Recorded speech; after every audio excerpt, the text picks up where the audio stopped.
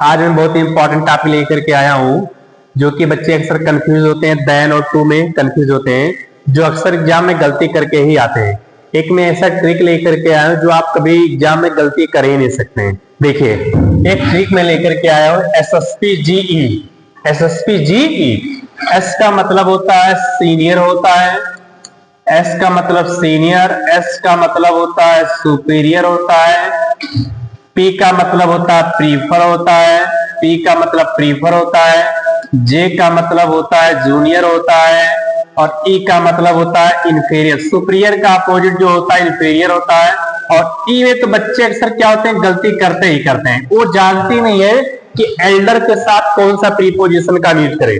याद कर लेना बाबू, अगर SSPG ये कहीं अगर आपका आता है लिखा हुआ तो याद कर लेना, इसके साथ ये फिक्स प्रीपोजिशन होता है, ये टू का ही यूज करना है और कोई दूसरा प्रीपोजिशन कभी आ ही नहीं सकता। इस बात को याद कर लेना।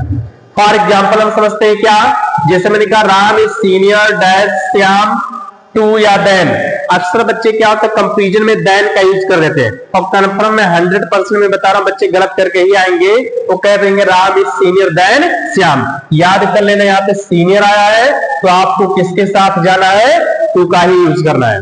दूसरा कहता है सी जूनियर, फिर देख लीजिए यहाँ पर ट्रिक में आपका आ गया, SSPG में जूनियर आ गया तो इसके साथ भी आपको किसके साथ जाना है, टू का यूज करना है। दूसरा टी इज प्रीफर, ये तो बहुत इंपॉर्टेंट है, ये एग्जाम का समझ लो कि फेवरेट है, बहुत इंपॉर्टेंट है बाबू ये टॉपिक, प्रीफर वाला शब्द।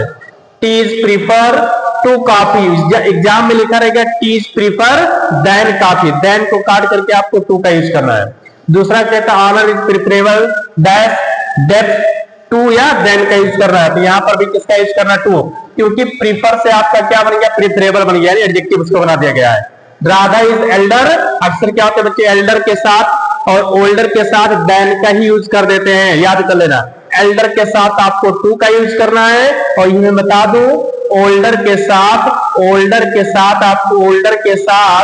आपको देन का यूज करना है, याद कर लेना। Okay, thanks to all of you.